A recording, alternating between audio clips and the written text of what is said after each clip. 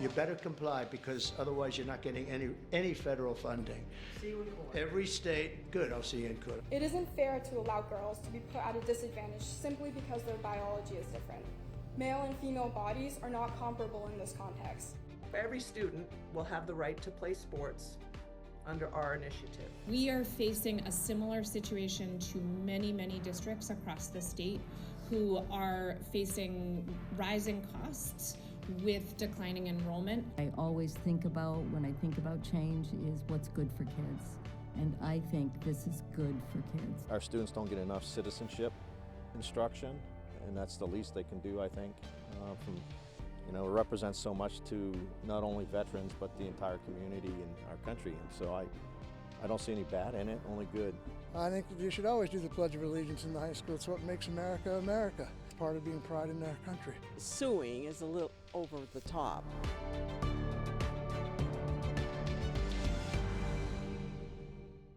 Good evening. We look at a growing crisis in the classrooms in Maine, one that goes beyond curriculum and cuts to the core of trust. Welcome to Crisis in the Classroom, Maine. I'm your moderator, Armstrong Williams.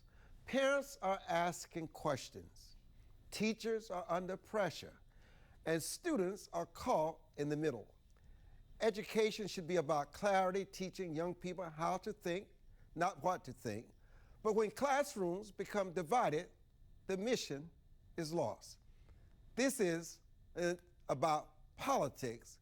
It's about restoring focus, discipline, and truth in the place that shapes our future.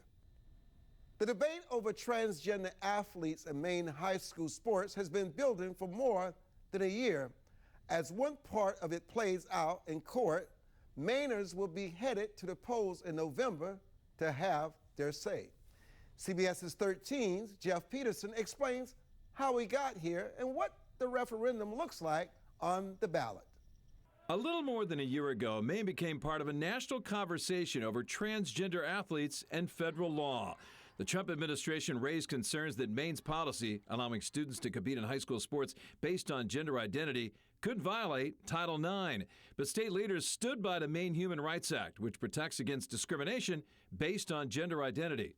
You better comply, because otherwise you're not getting any federal funding. See you in court. Every state, good, I'll see you in court. I look forward to that. The Trump administration followed through on that threat and sued Maine in April of last year. That court case is still playing out now. At least 8 school districts have changed their policies to align with the Trump administration. At the same time, the group Protect Girls Sports in Maine has collected enough signatures for a citizen referendum. If passed, it would require school sports teams and private spaces like locker rooms to be based on a student's sex at birth. It would also allow parents and students to sue if a district violates the policy and a student was injured or lost an athletic opportunity because of it. Supporters argue the change is about fairness in competition. It isn't fair to allow girls to be put at a disadvantage simply because their biology is different. Male and female bodies are not comparable in this context. Every student will have the right to play sports under our initiative. They can play on their biological sex team, or they can play co-ed. Opponents say the proposal conflicts with the long-standing civil rights protections in Maine law and argue a transgender athlete's participation is about inclusion and equal access. And an attempt like this would again single out a certain group and make them second-class citizens in a school, and that doesn't make schools welcoming and inclusive of anybody. Under Maine law as it stands, every child gets to go to school and with some guardrails have the same opportunity as any other child. This bill would end that. The referendum question will be on the ballot in November. Let us welcome Jeff Peterson from WGME CBS in Maine. Jeff, for those just learning about this, what is this referendum about and why is it gaining so much attention in Maine? Well, just like on the national level, this is a huge issue when it comes to transgenders in sports. And Maine has a human rights law which allows transgenders to play in girls' sports. So that's why it's gone to referendum now. So what do you think is driving the effort, and how broad is the support you're seeing on the ground in Maine? Well, really not large at all. It's less than 1% of students in Maine That's according to the Maine Principals Association. That's the governing body when it comes to girls' sports in the state. The number of transgender athletes participating in girls' sports is just 2. And that's why opponents of the referendum feel like it's a solution looking for a problem. So if this measure makes it to the ballot and passes, let's just say, what would actually change in Maine schools and athletics? Well, it sounds like that they are not going to allow transgenders to play in girls' sports. If this law passes, of course, that'll be appealed. And so we're about halfway through the 30-day window for the public to weigh in on a referendum question that is worded out there. So there's a chance we could see a change in the language. That's because both sides have indicated they think parts of it are vague and confusing. There's also a lawsuit currently underway regarding whether or not the group that collected the signatures did so properly. The lawsuit is asking for thousands of signatures to be thrown out. Now, if a judge agrees, that means there wouldn't be enough signatures to put the question on the ballot. And of course, that would likely be appealed. So we'll have to see, again, how this whole case plays out. You know, I'm curious about how it intersects with existing state policies and federal law. Well, there's a human rights law in Maine that was passed several years ago that allows transgenders to play in girls' sports. And again, like I told you, right now there's only 2 according to the MPAA. And there's been a lot of confusion out there because of the way the ballot question reads. I have a copy of the ballot question right here. And this is something, again, that a lot of people have been confused about. This is how it is written. Right now, they're trying to have the public weigh in. They have until May 7th to do that, to see if they're all right with the wording on this ballot. It says, do you want to change civil rights and education laws in Maine to require public schools to restrict access to bathrooms and sports based on the gender on their child's birth certificate and allow students to sue schools? So you can see, you know, I have a copy of it right here, that it can be very confusing to a lot of people. So they're trying to get the ballot measure worded properly and to make sense. So when people go to the, of course, polls in November, they'll get it right and have a very informed decision to make. Yeah, but from your reporting, how are schools currently handling these matters on the ground? Well, right now, for the most part, most schools are letting them play. There have been several schools that have decided to go against state law and with the Trump administration to not allow transgender girls to play in sports. And of course, this is now with the Mills administration. The state is suing those schools, trying to get them to adhere the law here in Maine, what again is a human rights law here in Maine, not just a transgender girls in sports law. So that's where there's some gray area here.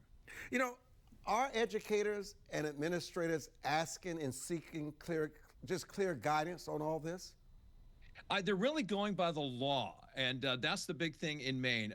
The 7 schools are going by the federal law when it comes to the Trump administration. It seems like all the other schools are going by what state law is, and that's, of course, the human rights law. And some of the things out there, the public they really haven't had a lot of polling going on. The one poll that came out was the University of New Hampshire survey. It was conducted last year. I have it right here. It showed 64% of Mainers don't think transgender athletes should be allowed to compete on girls' sports teams. So that's probably why you're seeing, probably 7 or 8 schools, I think, going along with federal law, the Trump administration with this. But again, this poll, it's important to note, was conducted before the referendum question was even initiated. So there's no really credible polling out there on the specific question yet. So we'll have to wait and see once they get the specific question, which will be after May 7th, if we do another poll and see how the public feels about it. Well, why does it seem that the governor is so out of line with what the majority see, that 64% you just mentioned? Well, I think it's not necessarily what the public thinks. It's what Maine law is. That's the thing. Right now, there's a human rights law that allows this, and once this, if it passes, this law right here, then of course the governor has been saying all along that if just put this into a bill and into a law, and then we'll pass it. And so, because in the past they've just been so many people against this, and they want to have a law passed, and then they'll change the law. Say if you don't like it, let's get a law and pass it. You know, Jeff, we know Maine is getting a lot of attention right now. What outside influences are adding pressure and tension to this movement in Maine? Well, I don't know about a lot of outside influence. I do know what they're strictly going by. And if you all remember Governor Mills at the governor's breakfast, like what, a year and a half ago, with the Trump administration said, see you in court. This all has to do with the law. And they're just going by what the certain law is. So as far as outside influences, those are the ones I don't know about. I think they're just going by what the law says right here in Maine. Do you see this as a preview of similar ballot fights in other states? I see this as coming when you look again at some of the early ballots. I mean, I mentioned earlier, according to that UNH poll, University of New Hampshire, when it said 64% of Mainers don't think transgender athletes should be allowed to compete on girls' sports teams. That tells you there's a lot of interest. I've seen this happen throughout the country as well. And so once this goes to ballot in November, I'm sure you'll see other referendums go on state ballots throughout the country. What have you noticed being on the ground, talking to different people, what has been underreported about this issue? I don't know if really anything is underreported, but the one thing I will tell you, being a father of 5 children, I think they really need, instead of talking to a lot of adults, for me, I think they need to talk to a bunch of the children that are involved in this, that play sports, and get their feelings. That's the one thing I just don't think have done enough. Every time I see a meeting, I see lots of parents out there, see a lot of athletic directors, see a lot of politicians, but I don't see a lot of the kids. Let's find out what the kids really feel. It sounds like you know when it comes to transgenders in sports. It sounds like you know what some of the kids feel. Could you share that? Well, I think a lot of the kids, you feel that they understand the human rights law. But I think when it comes to some of the girls that you talk to, a lot of them do feel it's unfair. But there's a lot of them, and again, goes back to this, that it's not a problem because, right now there's only 2 transgender athletes playing girls' sports. So again, it's almost like they may agree that transgenders should not be playing girls' sports, but they don't think it's a big problem. Jeff Peterson, CBS in Maine, thank you so much for joining us. Hey, no problem. A student and father questions why the Pledge of Allegiance isn't being said in their high school. Why? Find out when we return.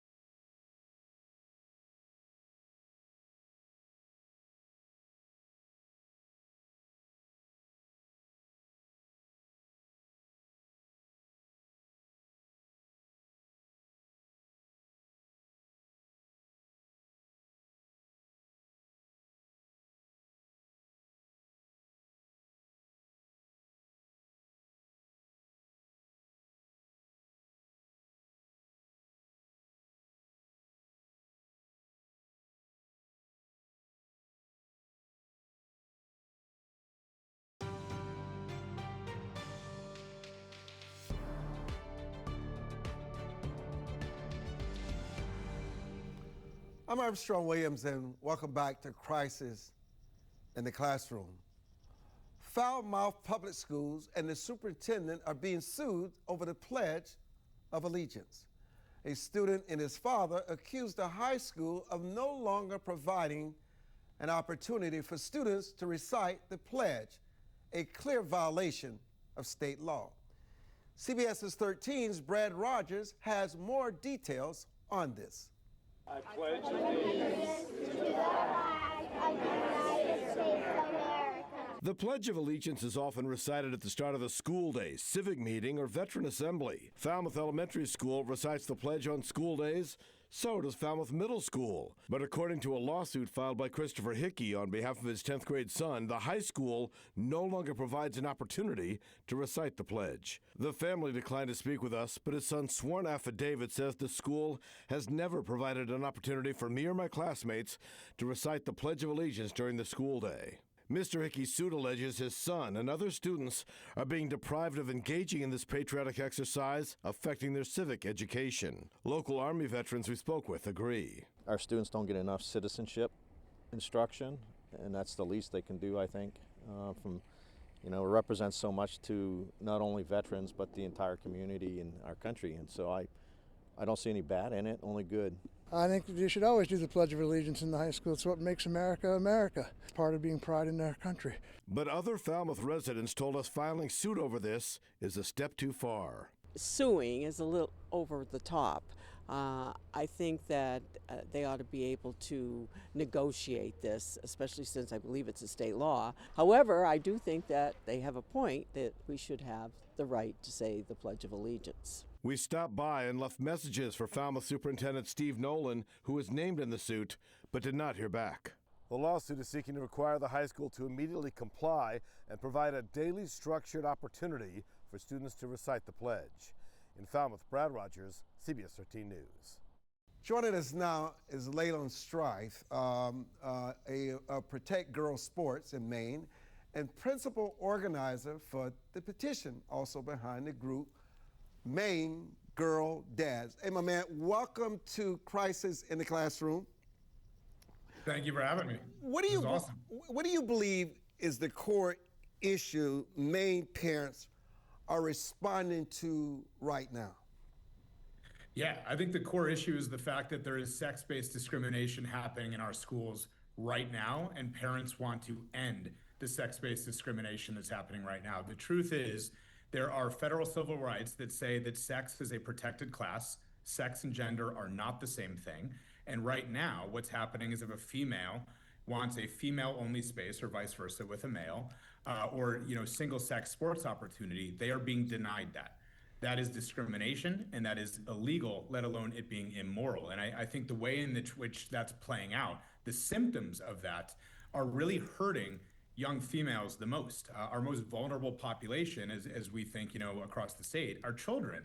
And how that's manifesting is twofold. Number one, there are males that are competing in and winning sports opportunities for females. There was just last year, a male won the female high jump, winning the state championship, jumping over 6 inches higher than the female that got second place. And not only did that female then end up getting second place, the male that won, that win put their entire team 1 point over the edge so that their team also got the state title, and the all-female team got second place for the state title as well. So there are males competing in and winning sports opportunities in the female category right now in Maine. And I think a much larger scale, and in some ways, from a scale perspective, worse problem, is also the invading of private spaces. And when I say private spaces, I mean bathrooms, locker rooms, and showers, where there are females that no longer feel comfortable being in those spaces because there are males that are in those spaces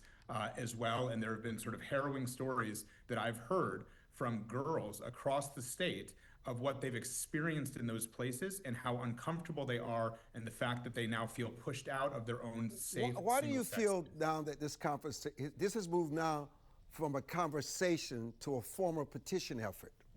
Yes. I mean, the reason that it has is because one, it's happening. It is a myth to say that this isn't happening. This is happening at scale right now across our schools every single day. Anyone that doesn't believe me, please go watch the testimony of us testifying in front of the judiciary last week, where parents, mothers, and most importantly, young girls in college and high school told stories of losing out on sports opportunities, told stories of males watching them change, told stories of males masturbating in the locker room while they're trying to change. So number one, this is happening. Number two is the people that we've elected to do something about this are doing nothing about this. So last year, as this scale, continued to sort of scale as a problem across our state, we saw sports championships, state titles, go to males in the female category last year. We did what we were supposed to do as citizens. We created Maine Girl Dads.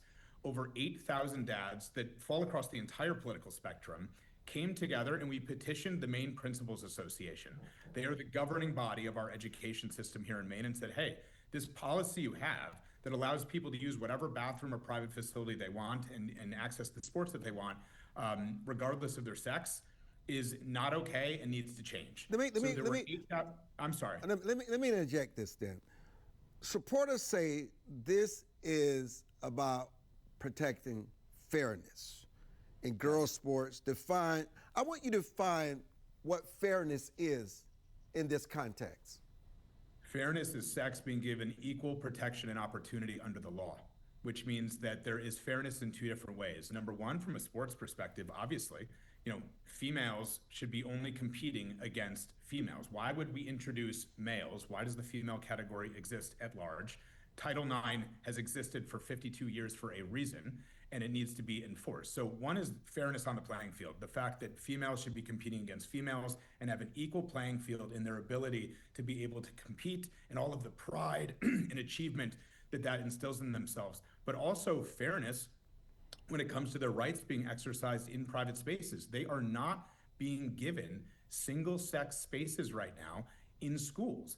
And not only is that unfair in that it's a violation of their civil rights, it's also unfair for them as humans. And I look at this as a father of a girl, and we raise our daughters telling them to trust their intuition.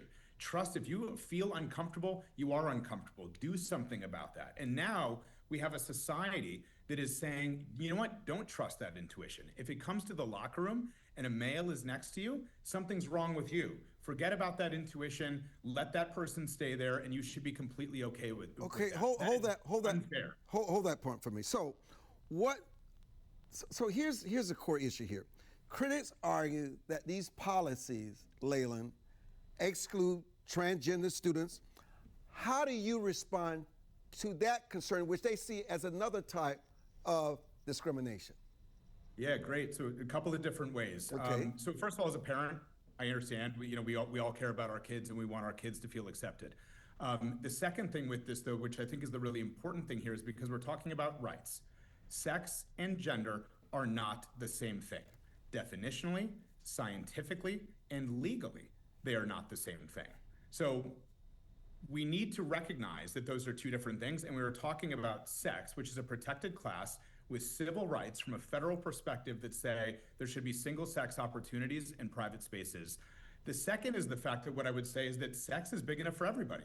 Everybody has a sex. And we take the progressive position that there is no right or wrong way to be a male or female. The progressive stance would say, hey, if you're a male, dress, present, feel, identify even however you want. Amazing. Why would we say that there's a right or wrong way to be male or female? There is not. You can look and present and identify however you want, but sex and gender are not the same thing, and everybody has a sex, and sex is a protected class, and there are rights that are being violated right now. Let me stop you there. We cannot allow rights to be violated based off of somebody's feelings. I'm unaware of any other civil right that we say somebody's feelings are being hurt, so we will no longer enforce that law. Do you think any of this conflicts with what you're saying with Title IX? Title IX is the basis of what I'm saying. So Okay. Our act unifies state policies with federal Title IX. And I think that this is the problem in Maine, and this is the problem in other places. We do not need to discriminate against someone's gender identity by ensuring that we are protecting sex in sex-designated spaces and sex-designated civil rights. Like I said, we take the progressive position that there's no right or wrong way to be male or female. Identify however you want. We are not discriminating against someone's gender identity. In fact, we're including it in the one immutable, innate, common trait that every single human being shares. Everybody has a sex. So what this does is ensure that our state is actually going to implement federal Title IX when it comes to our education policies, which our governor has decided she doesn't want to do. And that is against the will of the people. We have polling that shows 70% of Maine is on this side. This is not a Republican problem. This is not a Democrat problem. This is a common sense issue of ensuring that civil rights on the basis of sex do not continue to be violated. The majority of Maine is behind this, and the reason that we've had to do this as a petition and a citizens initiative is that our elected officials in Augusta refuse to recognize that the rest of the state does not agree with them in their radical policies. So let me interrupt you again, because I want our audience to follow this. So what specifically would you change, okay, if you could, in the current law? So I wouldn't change the current law at all. These are education policies that we are talking about. There are education policies with the Maine Principals Association that says that you can go ahead and you can use whatever bathroom you want based off your gender So what would you change in federal law? We want federal law to be implemented in Maine. So what our act does, our proposed act does, is it harmonizes and clarifies the Maine Human Rights Act and current existing laws to ensure that federal Title IX is being implemented in our state. So let me stop you. What would you change in Maine law or school policy then? Yes. What we would change is ensuring that private spaces, showers, locker rooms, and bathrooms specifically, as well as competitive sports, are designated based off of one sex, male and female, as recorded at birth on your original birth certificate. So what are you, this is interesting, because this is a national issue as well, right? Yeah. And I'm just curious as to what you're hearing directly from parents and students on the ground, because 70%, that's a high number of people that agree.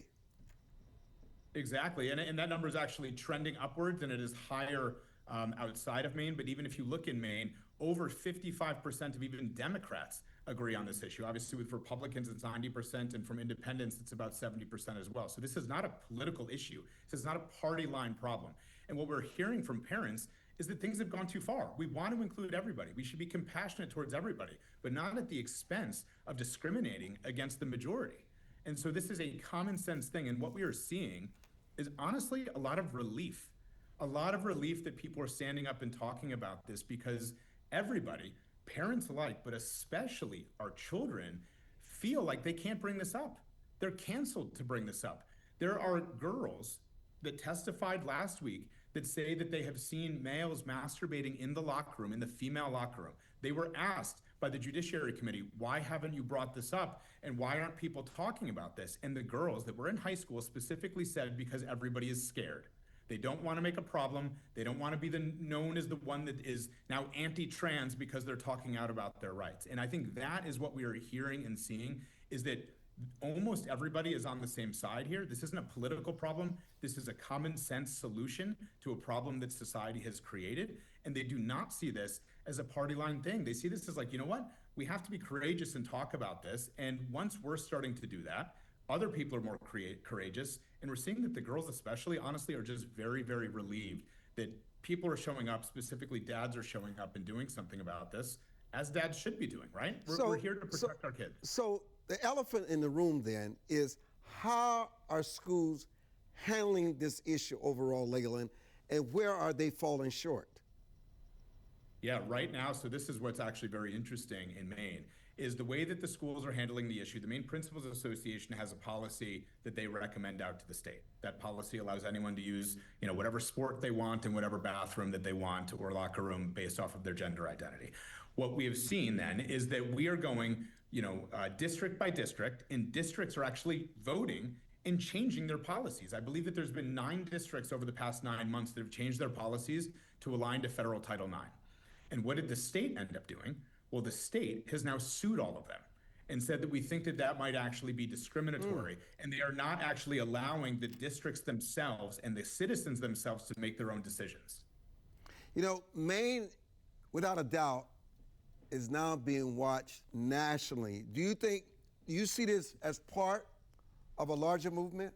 And also, I want to make sure that our audience understands this. This is not about Donald Trump's battle and challenging Governor Mills. This is about what is right and wrong for your daughter and for your son. Exactly.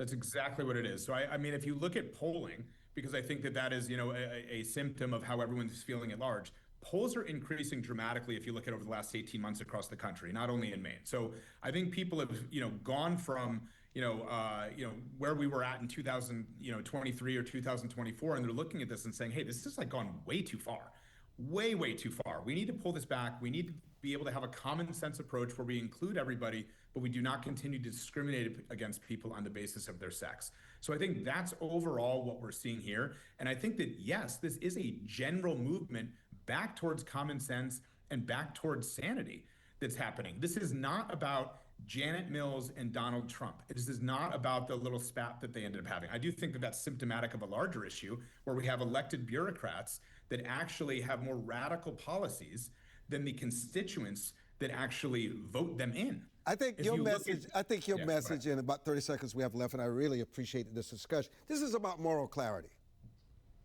100% this is about moral clarity. We talk a lot, just from a Maine girl dad's perspective, this isn't political, this is purely paternal and based in common sense. This is about us restoring the morals that we try to instill in our children, we should have in our society. We talk about standing up for truth, especially when it's hard. How can you ask our kids to do that if we as adults aren't willing to do that? We all know what's right here.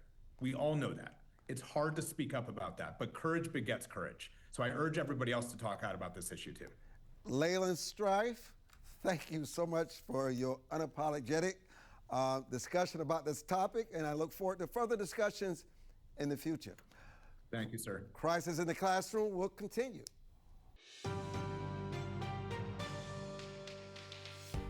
I'm Armstrong Williams, and we'll be back with more of Crisis in the Classroom.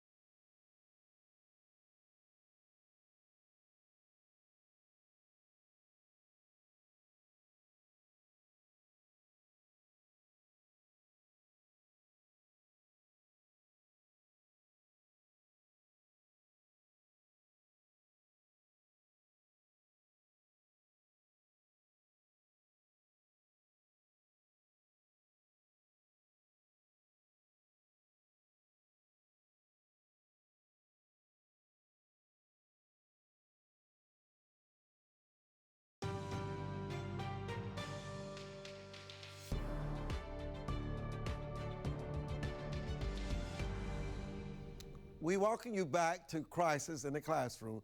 Meeting budgets is a problem everywhere, but in one district in Maine, the city of South Portland is facing a tighter budget year and tough decisions. As CBS 13's Allison Lapierre reports, the city is turning to residents for cost-saving ideas. Allison? Reorganizing schools and cuts to staff and services are a few of the ideas the South Portland School District have come up with to potentially cut back on the predicted $83 million school district operating budget. We are facing a similar situation to many, many districts across the state who are facing rising costs with declining enrollment. The South Portland School Department accounts for 61% of the city's property taxes. In order for the district to maintain operations as is, the school department's share would need to increase by nearly 19%, which could lead to hundreds of dollars in increases for property taxes. Leaders are considering options to avoid that. Assistant Superintendent Johanna Prince shared ideas on how to cut costs during a recent budget forum. The first big idea is considering a reconfiguration of how our elementary schools are broken up. Most board members agreed with the idea of reconfiguring schools. I always think about, when I think about change, is what's good for kids. And I think this is good for kids. While other community members shared concerns about kids changing schools and worries about cuts to staff and services. Concerns about mental health impacts on staff and students. Worry about the imbalance of changes. Some are higher impact for some staff but not others. Timeline for notification for teachers who may not have positions next year. This is still very early in the budgeting process. The board will continue to discuss options at the next budget workshop on March 2nd. In South Portland, Allison Lapierre, CBS 13 News. Welcome back to Crisis in the Classroom. Joining us now is Destie Hohman Spraque, Executive Director of the Maine Women's Lobby. Ms. Spraque, welcome to Crisis in the Classroom, and thank you so much for joining us. Yeah, thank you for having me. I'm glad to be here with you this morning. You know, at the center of this debate is the definition of fairness. How does your organization define fairness? We really think fairness means that everybody has access to education, has access to bathrooms when they need to pee, and has access to the full protection of educational and civil rights offered by Maine and federal law. Why do you believe current policies in Maine are the right approach? Well, we know that for 20 years, we have had policies in Maine that protect all kids and their ability to use the bathroom or access school or sports. And we know that it's worked really well in Maine. You know, we think that this is sort of a manufactured crisis. There is no crisis. And for 20 years, we've been able to prove that in Maine. Everybody has been able to play sports and have access to fair classrooms and fair activities with their teammates. So why do you think over 65% of your state are not aligned with what you just said? Honestly, I think that, you know, when people read a title like Protect Girls in Sports, I think they really, that strikes a nerve for them, because we all know that we want to protect girls. Girls in Maine experience very high levels of sexual violence, sexual harassment. And so that we all want to do what we can to make sure that we stop that and do protect them. I think that's what people were signing on for. I think what they didn't realize is that this is actually a proposal funded largely by a single billionaire who put almost $800,000 with almost no grassroots support to get this on the ballot. So it's using money and kids for saying, political power, and we just don't think that's fair. Are you saying the voters are ill-informed? I'm saying that I don't think that this is a proposal that protects girls. So I do think it's possible that a lot of people signed this ballot without really understanding what it was for. Is there a difference between, in your mind, sex and gender? I think that there is a difference between sex and gender, certainly. And the Maine Human Rights Act has a really careful ability to address sex and gender and make sure that all Mainers are protected in school and in the workplace. Is there a right or wrong way of being a male or female? It's interesting that you should ask that question, Aaron, because Armstrong. I think, excuse me, apologies. But it's okay, Aaron's my producer, so that's fine, I understand, no problem. It's interesting that you should ask that, though, because my real fear with a proposal like this is that it makes all girls a target. Any girl who's perceived as too big or too strong will be the target of harassment and vigilante inspectors. And lest you think that that's sort of in my imagination, we actually know this happens all the time. A woman in a hotel bathroom in Boston just last year was kicked out for being perceived as being trans, even though she wasn't. A teenager in Florida who was not able to use a restaurant bathroom. It's happening all the time that people are sort of being transvestigated. These are cis women and girls, and because they are perceived as too big or too strong, they're being harassed in their own communities. What do you say to critics about boys masturbating in this space before little girls? Do you take those allegations seriously? And if so, how should they be addressed? Most of my career actually was spent in addressing sexual violence, preventing and responding to sexual violence. So I take that very seriously. And that's why I feel so good about the laws that are already on the books that prevent people from masturbating in front of anyone. That is sexual assault, and it's punishable under the law in Maine. I think what is critical, though, is how you balance inclusion for transgender students with competitive equity. I totally agree that we want to be equitable and we want to be fair. Right now, we have 0 known trans athletes in high school or college sports in Maine. So we're going to spend millions and millions of dollars to keep no athletes out, to not increase fairness at all. And while we're doing it, raise the profile of hundreds of tall, strong girls who will potentially then be harassed or perceived as trans. There are concerns that education funding is being redirected towards social policy. Are core academic priorities being affected by this? I have to confess, I think that's nonsense. I don't think that any educational funding is being redirected in support of a social agenda. Is that based on facts or your feelings? I think it's based on facts. I mean, I have a student who is in high school right now at a public school in Maine.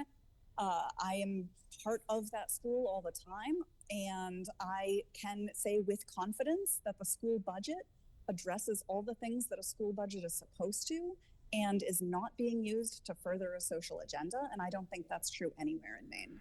Do you find any common ground or agreement with the opposition? I would be really excited to have a meaningful and informed, nuanced conversation about how we build fairness and safety for girls. It's a real problem for me and at the Women's Lobby that a quarter of Maine girls are experiencing sexual violence and sexual harassment.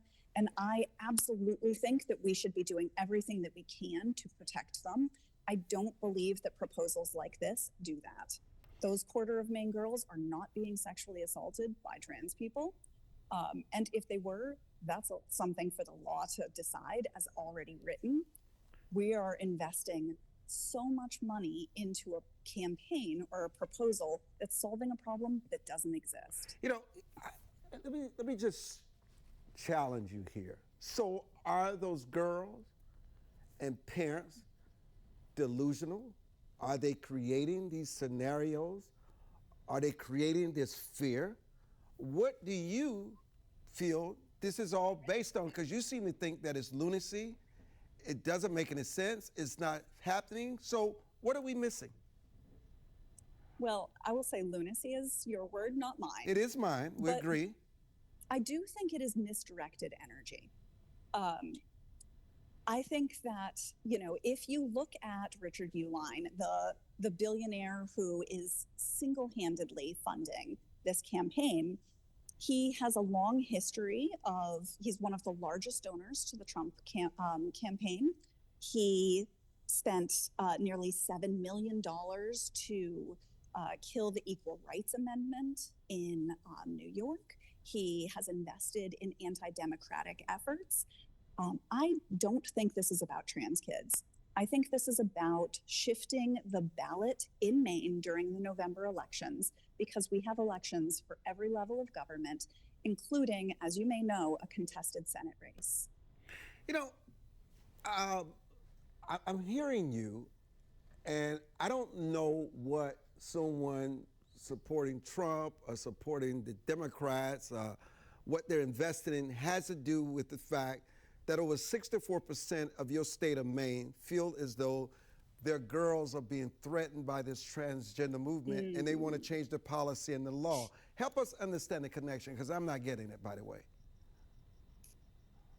I think that 64% that people signed onto a ballot, but I know myself that, you know, most people in Maine don't necessarily know anyone who's trans, that when they do, they realize trans people are just like us.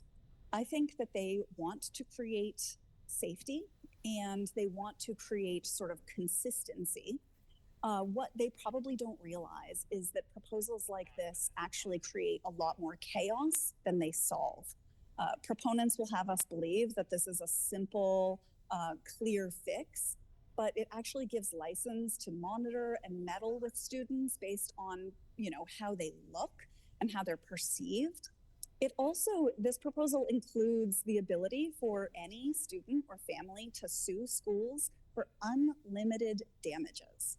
So I think it will, you know, what people are looking for is calm, but what they're going to get is chaos. How can schools, though, build trust with families that feel unheard? I think that schools build trust and really communities build trust the same way trust happens anywhere and in any time. It's by showing up, having open doors, having meaningful conversations, you know, really listening to one another. And that's not what's happening with this campaign or with the supporters of this campaign. We're actually seeing that some of the same people who are behind this campaign in Maine are storming into school board meetings, are disrupting them, are harassing school board members, getting undressed in school board meetings. That's really chaotic, and that does not build trust. I think schools are doing what they can, and that agitators supporting efforts like this are actually the ones undermining trust. But the agitators are not the girls that go to their fathers and their mothers and feel uncomfortable in this environment. What about the voice of the kids? Forget about the agitators, forget about the billionaires. Let's talk about the kids in these environments that feel they're cheated when they compete for these awards, and they feel they have to compete with somebody who's biological male. Do you understand why they would feel robbed and cheated? And is there any balance for their concerns? Because they're the ones that the parents are trying to protect. The children who feel as though they made all this investment, it was their lifelong dream, and here they're competing with someone who's actually a biological male. Well, first I would say that actually the science is pretty clear that there is not necessarily an advantage for, I know, but you know, proposals like this are talking about treating 6-year-olds. You're a very intelligent woman. You're very intelligent and well educated. And you don't think that there is no advantage? Come on now. I'd be happy to share the evidence. But share the evidence. Let us hear your evidence. What we need to focus on. No, share your evidence. Let us hear your evidence. This proposal treats 6-year-olds the same way it treats high school football players. Do you think that 6-year-olds deserve to be treated with the same kind of blanket ban that high schoolers should be treated with? Listen, what I want to say to you, what would be the ideal outcome for everyone? The transgenders, which is a very small fraction of the community, those that feel threatened, the parents and yourself. Is there an outcome, a solution that everybody could live with? I think that there potentially is a solution that everyone can live with. I don't think it involves treating 6-year-olds the same way that we treat high schoolers. As I've said before, we have no known trans kids playing competitive sports in high school or college. And so we're going to exclude children of every age and every stage to address a problem that just doesn't exist. Well, let me ask you, how many 6-year-olds, because this is new territory for me, think they are transgender? Probably the same percentage of adults who are transgender. Really? Yes. Listen, I appreciate so much having you on today. Your final thoughts?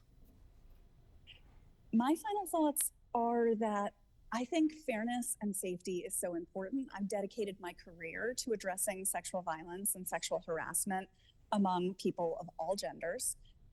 But I care a lot about protecting girls, and that's why I know that lifting up the bigger, stronger, taller girls And you care about protecting all girls, correct? Everybody. That's right. Yeah. Destie, Hohman, Spraque, I want to thank you so much for joining us tonight on Crisis in the Classroom. I wish you well, and we will continue to follow this important story. Thank you for having me. I appreciate it. Our pleasure. Thank you for joining us.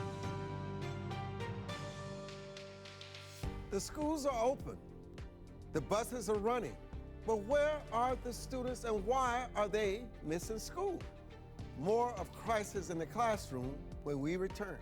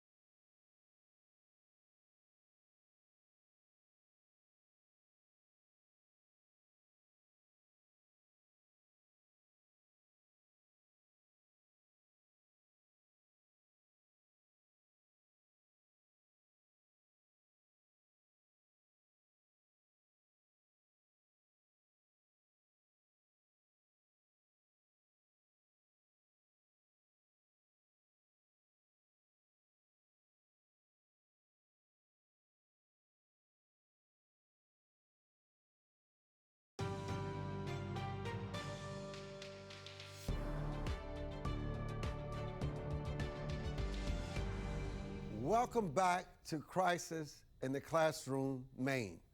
I'm Armstrong Williams. The buses are running, the schools are open, but many of the children are missing. One school in Oxford County says is dealing with chronic absenteeism and it's not the students' fault. CBS's 13's Allison LaPierre shows us who they are blaming for this crisis in the classroom. In last week's RSU 73 school board meeting, school officials say the district is dealing with chronic absenteeism. School officials say the reasoning could be because of inconsistent home routines. Difficulty getting students up and out the door, school not always being treated as a daily priority. Spruce Mountain Primary School Principal Darcy Shink told the school board that 19% of students at her school are considered chronically absent. That's defined as missing 10 or more % of school days in a year. With 1 in 5 students chronically absent, she says the school will focus on getting parents more involved in their kids' education. Improving attendance will take a consistent effort between school, families, and broader supports to make sure students are getting to school each day. A handful of parents tell us they've kept their kids home because of bullying at school. They didn't want to go on camera out of fear of retaliation, but say the school needs to invest in more mental health and support services. But the principal says there are limits to what the school can control. We can reach out, offer support, communicate expectations, but we cannot directly manage what happens at home each morning. In some cases, families don't respond to outreach or are not able to make consistent changes, which makes improving attendance difficult without additional support or accountability measures beyond the school level. We reached out to a handful of school officials, but they tell us they have no comment. In Livermore, Allison Lapierre, CBS 13 News. The situation in Maine reflects a larger challenge across our nation. When trust breaks down, education suffers. The path forward is simply, but not easy. Listen, lead with clarity, and keep the focus on students, not agendas, because if we get education right, we strengthen the foundation of our nation. If we don't, the cost will be far greater than any one classroom. Thank you for joining us. I'm Armstrong Williams for Crisis in the Classroom. Good night.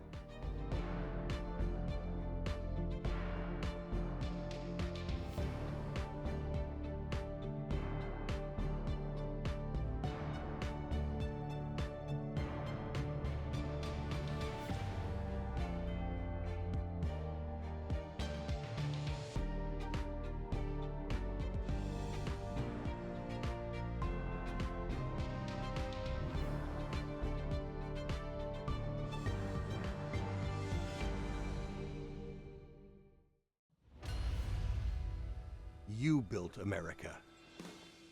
We built the national news desk for all Americans. This is my America. Locally covered. This is your America. Nationally connected. This is my America. The National News Desk. This is our America. The National News Desk, America's News Now, celebrates 250 years of amazing America.